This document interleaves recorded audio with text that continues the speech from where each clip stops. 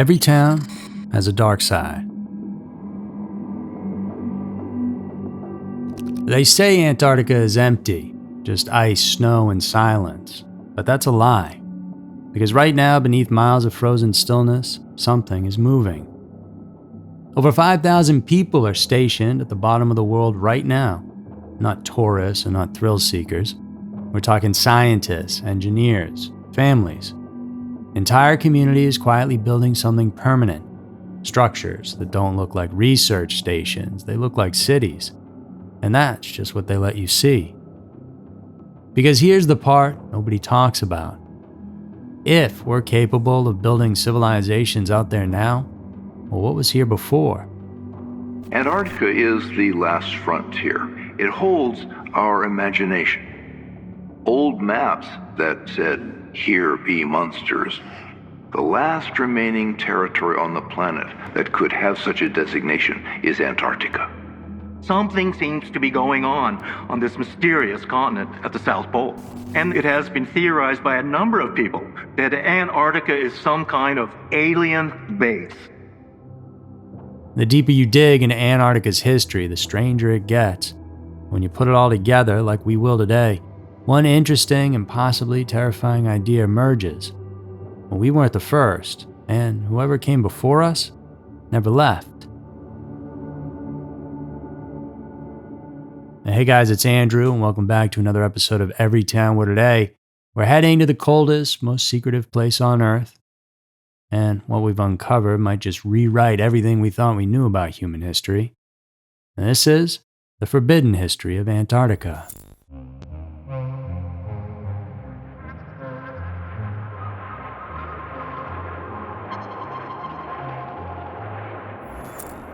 Have you ever heard of McMurdo Station? If not, no worries, most people haven't, but on any given day, this place is home to about 1,000 people. Might not sound like a whole lot compared to most places, but when you consider that this spot is in Antarctica, well, that's a pretty respectable number. And during the summers down there, that number grows to about 1,500. McMurdo is a fully functioning city complete with dormitories, labs, medical facilities, a fire station, library, even recreational clubs. It processes 8 million gallons of fuel every year, and it operates 3 ice runways for planes to come in and out of, and has its own harbor. This place has been running continuously since 1955, which means 70 years of permanent human presence in Antarctica, and McMurdo isn't alone. If you keep heading south all the way to the very bottom of the planet, you'll find another station, Amundsen Scott. It's perched right at the geographic South Pole, where compasses spin uselessly and the sun disappears for months.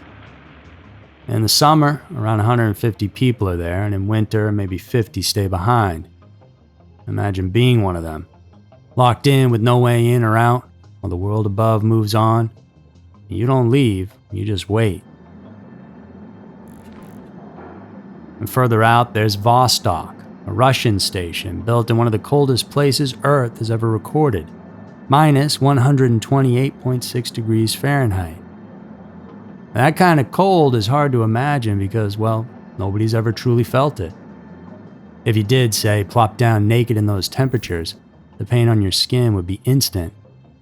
It would feel like fire, but would actually be a cold burn. The moisture in your eyes, nose, and mouth, well, that would flash freeze. Frostbite will begin in less than 30 seconds, and the air you breathe in would be so cold it would damage your lungs and cause them to shut down. But still, people work there, though they are wearing proper protection. And they drill through miles of ice to study an ancient lake sealed off for millions of years. The deeper they go, the more it feels like they're digging into another planet. And then there's Esperanza Base. This one's different. It's not just scientists and specialists. There are families here. Kids, a school, a radio station, even a chapel.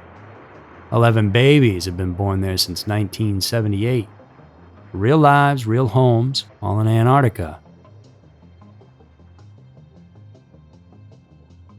Zoom out for a second and the scale gets wild, because most people believe that Antarctica is a desolate, uninhabitable piece of land. But that's not the case, and that's important to remember for what we're about to get into. I mean, there are more than 70 stations across the continent, operated by over 30 countries. In the warmer months, around 5,000 people live there across the whole of Antarctica. These aren't just isolated dots on a map. They're connected by air routes, satellite comms, supply chains. And you're looking at an invisible infrastructure that's been quietly growing for decades. A network of outposts stitched across a frozen desert bigger than the US and Mexico combined, and barely anybody talks about it. Which leads us to one very interesting question. If this many people are living and working there, building, flying, digging, raising families, then what else could be happening there that we don't know about? And who else could possibly be living there?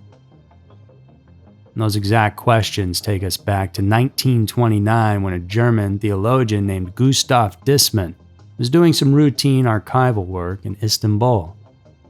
And nothing unusual, just cataloging old documents in the Topkapi Palace Library, until he stumbled across something that would haunt cartographers to this very day, the Peri-Reis map. Drawn in 1513 by an Ottoman admiral, this wasn't just a beautifully preserved antique. This thing showed the entire coastline of Antarctica with detail. Which is insane, because that's a full 300 years before Antarctica was supposedly discovered. And 1513 is 21 years after Columbus discovered America. Until then, Europeans didn't even know what the Americas were. They thought they had landed in Asia. Back then, it was also common knowledge that the Earth was flat.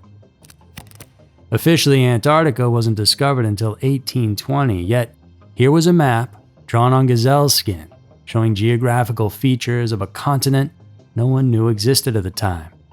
So how's that possible? You know what doesn't belong in your epic summer plans? Getting burned by your old wireless bill. While you're planning backyard barbecues and long weekends on the beach, your cell phone bill shouldn't be the thing holding you back. That's why I made the switch to Mint Mobile, and honestly, I wish I'd done it sooner. With Mint, I'm getting the same reliable coverage and fast speeds I had with my old provider, but for a fraction of the price. And right now, they got a summer promo that's kind of wild. You can get 3 months of unlimited premium wireless service for just $15 a month. That means while your friends are sweating over data overages and surprise charges, you'll be chilling, literally and financially. Mint Mobile runs on the nation's largest 5G network, so the service is solid. And you keep your phone, your number, and all your contacts. All you're ditching is the bloated bill. And I use Mint Mobile, and you should too. And this year, skip breaking a sweat and breaking the bank. Get this new customer offer and your 3-month unlimited wireless plan for just $15 a month at mintmobile.com/everytown. That's mintmobile.com/everytown. Upfront payment of $45 required, equivalent to $15 a month. Limited time new customer offer for first 3 months only. The speeds may slow above 35 gigabytes on unlimited plan. Taxes and fees extra. See Mint Mobile for details. Well, Peri-Reis was a naval admiral, practical man who documented his sources meticulously. He inscribed right on the map that he used 20 different source maps, including charts from Christopher Columbus, charts that are now mysteriously lost, by the way. But he also had access to geographical knowledge that we're told didn't exist at the time, which means previous map makers had somehow explored Antarctica. Now, the argument by some as to why this landmass shows up on older maps is not because it was actually found, but because it wasn't supposed to be Antarctica. It was actually meant to represent Terra Australis, a theoretical continent that ancient Greeks believed had to exist in order to balance the Earth's weight. Every map from that era showed this imaginary southern land, except Peri-Reis's map showed details that matched the real Antarctica with disturbing accuracy. So when scholars tried to dismiss this as coincidence, they ran into some problems. The map showed geographical features that wouldn't be officially discovered until the 20th century. Coastal information too detailed to be made by chance. And Charles Hapgood spent years analyzing this map, and others like it. His conclusion was that someone had mapped Antarctica somehow when it was ice-free. Someone had been there before, and someone had surveyed that continent with precision that matched modern techniques. Then that knowledge had been passed down through ancient sources until it reached Perry Reese. So, pick your poison. On the one side, you have the official, conventional explanation, which requires you to believe in an extraordinary series of coincidences. That Perry Reese just guessed and nailed the outline of the continent by chance. And the alternative requires you to believe that someone was in Antarctica long before we've been told by the history books. And if you believe that, isn't it possible that people have been visiting that land for a long time, and possibly living there too? And if so, well, where?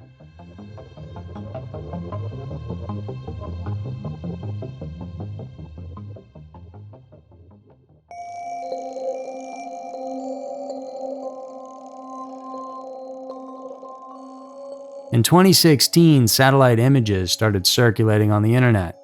The ones you've probably seen at some point. And they were pictures from Antarctica showing something that frankly shouldn't exist. Perfect pyramids. Not pyramid-shaped rocks and not natural formations that vaguely resemble pyramids. Structures with 4 distinct faces, precise angles, and proportions that matched human-made pyramids found across the globe. Recently, there have been a number of reports of pyramids, huge great pyramids in Antarctica. They jut out of the ice and snow and they look perfect, just like those in Egypt. But they dwarf those in Egypt, like the Great Pyramid. Now, the largest one here measured 1.2 miles across at its base and rose over 3,937 feet high. The coordinates are publicly available: 7958 south and 8157 west. Now, admittingly, if that's a pyramid, that's huge. And the Great Pyramid of Giza, for comparison, is about 755 feet at the base and rises 480 feet. But still, the official explanation came quickly, too quickly. These were nunatics, they said. Natural rock formations carved by glacial erosion over millions of years. The result of ice moving in different directions, creating angular peaks through freeze-thaw cycles and natural weathering. And Dr. Eric Ringnaud from NASA explained it like this. And these formations occur when glacial cirques converge on a central point, and carving the rock into pyramidal shapes. A natural process, so nothing to see here. But if you look closer, and you should because it's crazy, you can see that these formations display a level of geometric precision that approaches what human architects achieve. One has a perfectly square base that is 2 kilometers square in each direction. There are multiple structures showing similar characteristics across different parts of the continent. The Ellsworth Mountains, where these formations are located, contain 13,000 meters of folded rock strata formed roughly 150 million years ago. The area shows evidence of massive geological forces and contains fossils from when Antarctica was a warm, habitable continent. But it also contains these structures that make even scientists acknowledge why people might question their origins. Is it possible, therefore, that our ancestors did actually reach the Antarctic continent and perhaps even settle there? A man-made pyramid beneath the Antarctic ice? If such an incredible notion is true, then it naturally begs some questions. How was such a massive structure built on Antarctica? When was it done? And by whom? In a world where we know ancient civilizations built massive stone pyramids on every inhabited continent, we're supposed to just believe that nature happened to create perfect pyramid-shaped replicas on the one continent where no one is supposed to have lived. And yet, as a reminder, people do live there, many of them right now. Now, what if we've always lived there, or at least some form of humans? While that might not be in the textbooks, it's definitely mentioned in many other books. And this civilization is called Agartha. Agartha is the name given to a legendary, highly advanced civilization said to exist beneath the Earth's surface, accessible through openings at the poles. It's a mythos that predates the internet, satellite imaging, or even modern science fiction. And yet it paints a picture of a world as detailed and immersive as any today.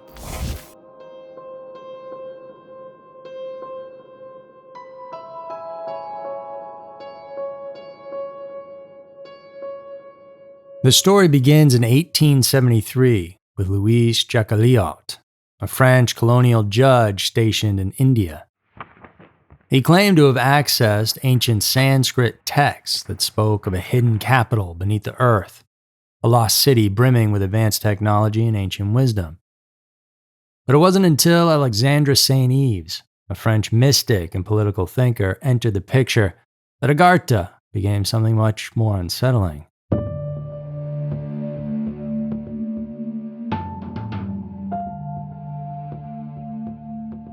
In 1886, Saint-Yves published Mission de l'Inde en Europe, where he described Agartha as a real place, an underground kingdom hidden beneath the Himalayas, ruled by beings of immense intelligence and power.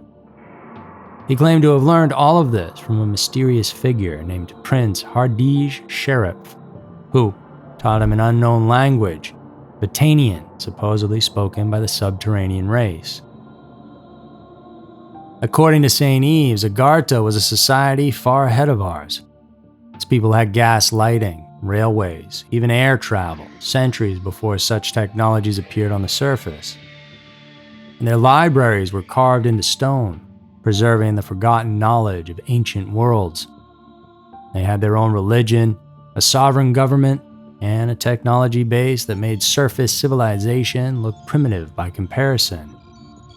But then, Saint-Yves tried to erase everything. Shortly after its publication, he became terrified of what he had revealed, and he attempted to destroy every copy of the book, all 200 editions, making it so rare that it wasn't republished until after his death in 1910. Now, what exactly had he uncovered that drove him to silence? Why the sudden fear? And more importantly, how did a story about a secret world beneath the Himalayas end up tied to the frozen edge of Antarctica? Well, that part begins with Admiral Richard E. Byrd, a real American naval officer and explorer who led 5 major expeditions to Antarctica. Now, his achievements are well documented, but in the 1970s, a strange story surfaced. A secret diary, allegedly written by Byrd himself, detailing a mysterious flight over the South Pole in February of 1947. This story is said to come from his diaries, not his published account of the trip, but something he held back and then later was suppressed by government authorities that found it frightening. In this diary, which has never been authenticated, Byrd supposedly describes flying beyond the pole and into an impossible place. Admiral Byrd heard there was an entrance to the center of the Earth through the South Pole. And he took planes into the South, under the South Pole. And when he did that, he discovered that as he flew over the pole, suddenly he's looking at things that shouldn't be there. I mean, it was temperate. His squadron flew under the Earth, into the Earth. It turns into this lush and green area, and he can't even believe his eyes. But that's just the beginning of his extraordinary story. He tells how all of a sudden he starts to see a shimmering rainbow city that's made of crystal. Even more bizarre were the beings he encountered. His airplane is taken control of when he suddenly sees these flying disc-shaped objects around them that lead him to the ground. Whereupon he's escorted into cavernous type of an area where he meets a being he refers to as the Master in his diary. The Master tells him that they're highly disappointed in what humans are doing with nuclear weapons and how they've recently destroyed Hiroshima and Nagasaki, and they really are concerned about what is going on the surface of the planet. The Byrd Polar Research Center has repeatedly stated that there is no record of such a flight and no such diary, and yet the legend persists.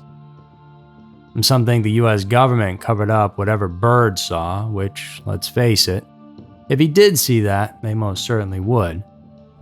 Others believe he really did enter Agartha, not through the Himalayas, but via a hidden gateway in Antarctica. Whatever the truth is, the story has refused to die, and it's become part of a deeper mythology, one where lost civilizations, forbidden knowledge, and polar secrets all converge beneath miles of ice. Maybe it's just a story, or maybe Agartha never needed to be found, because it's always been watching from below. Now, if that all sounds too outlandish for you to believe, I get it. It's a pretty fantastical story, but interesting nonetheless. But something that is very interesting and very real about Antarctica is that this place has always had an issue with transparency. And why is that? That's the question no one seems willing to answer.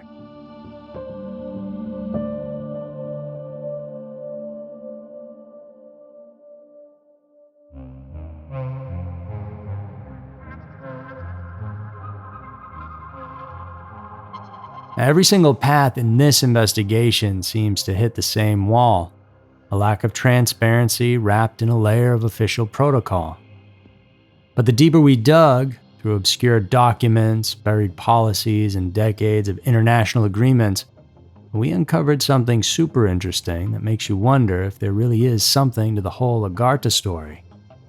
It's something that governs everything about the world's most mysterious continent, and it's called the Antarctic Treaty System. Now, on paper, it's just a diplomatic agreement, 58 nations pledging peaceful cooperation on the coldest, harshest continent on Earth. But in practice, it's a sweeping control mechanism, a geopolitical firewall that regulates every aspect of human activity across Antarctica. At first glance, the treaty promotes openness.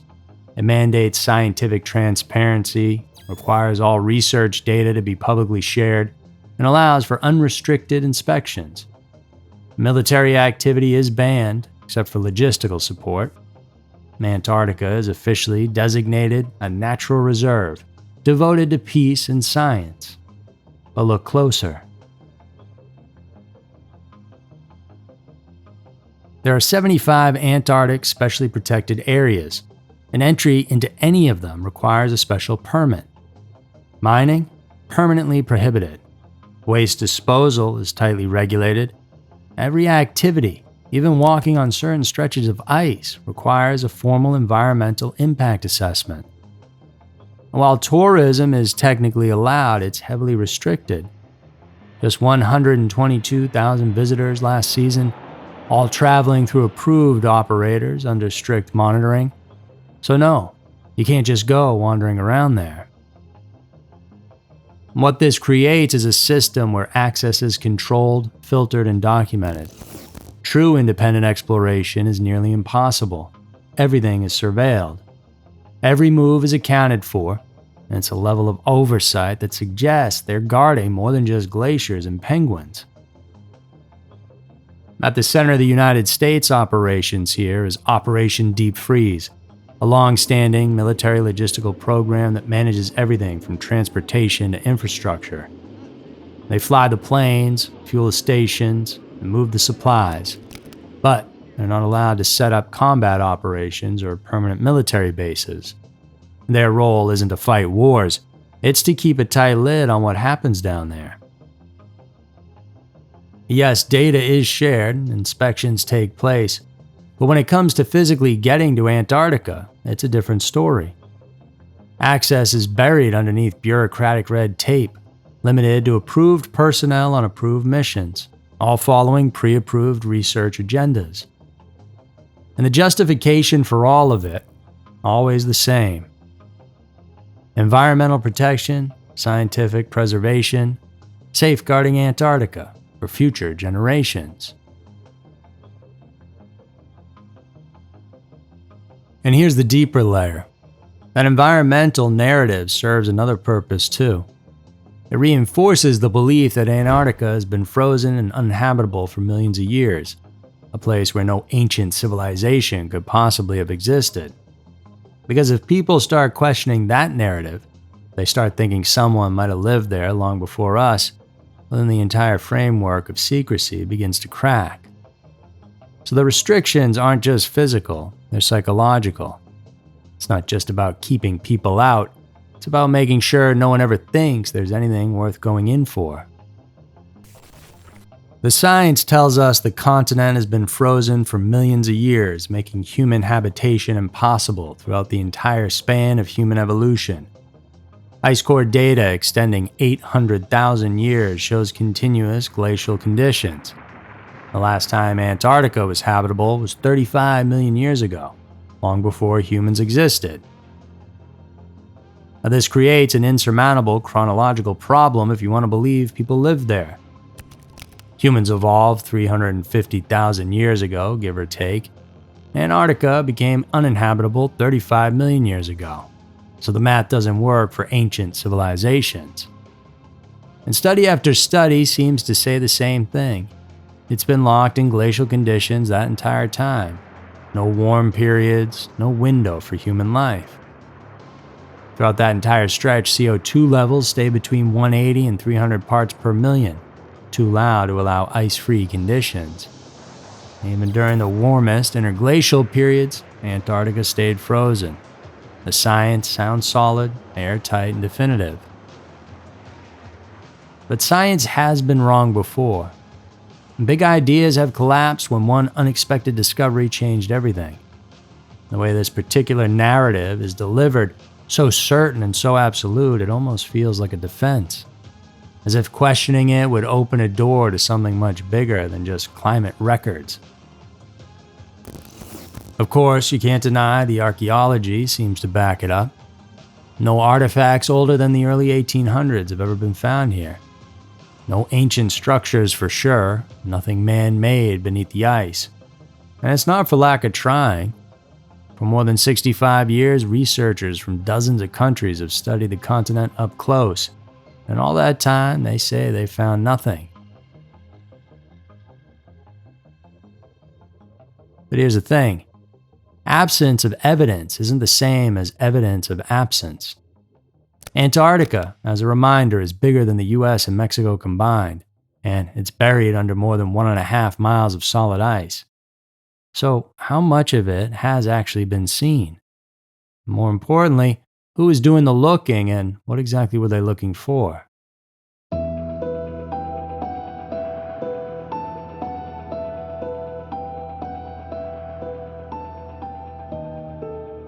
This climate narrative is reinforced by another argument. Even if Antarctica was just habitable enough in the past, survival there would have been impossible for any ancient civilization. Modern Antarctic research stations highlight just how difficult survival would be. Current facilities, despite advanced technology, face temperatures reaching minus 100 degrees, and polar nights last 4 months. Hurricane-force winds exceed 125 miles per hour regularly. Extreme isolation requires year-long supply deliveries. McMurdo Station alone costs millions of dollars annually and requires 8 million gallons of fuel just for basic operations. Now imagine trying to do all that without fossil fuels, without global supply chains, without antibiotics, modern building materials, or machines to move everything through ice and storms. And the idea that a pre-industrial society could have made it here sounds impossible. Unless they had something we don't. Some kind of energy source we haven't discovered, or maybe one we've forgotten.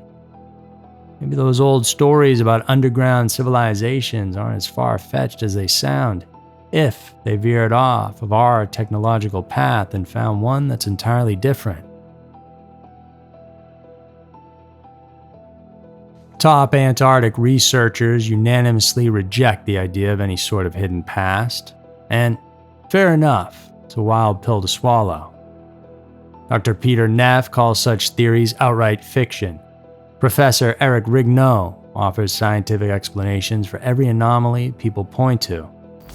Professor Tina van de Flirt confirms that no geological or climatological data supports habitable conditions during any era of human existence.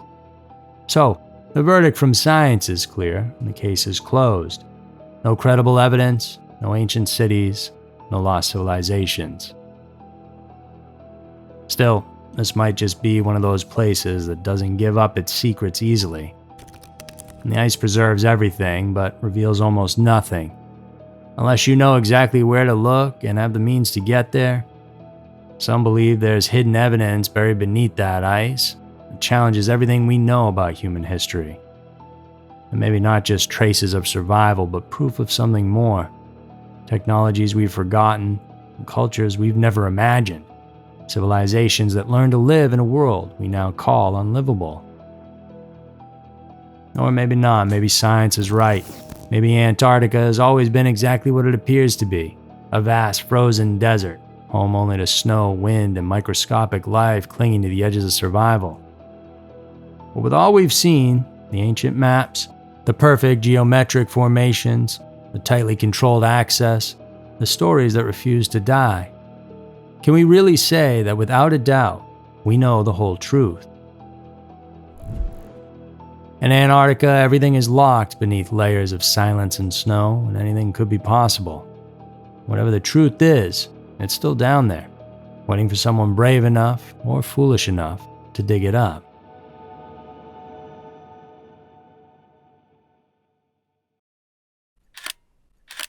So that's going to do it for this week's episode of Everytown. Hope you all enjoyed it. If you like this type of work we do and you want more, check out some more episodes and subscribe. If you want to support us, consider checking us out on Patreon, where we have over 200 exclusive videos for you to go through. Appreciate you all very much, so thanks for tuning in. And remember to come back next week for another episode filled with scary, strange, and mysterious stories. Because you never know. Maybe your town will be next.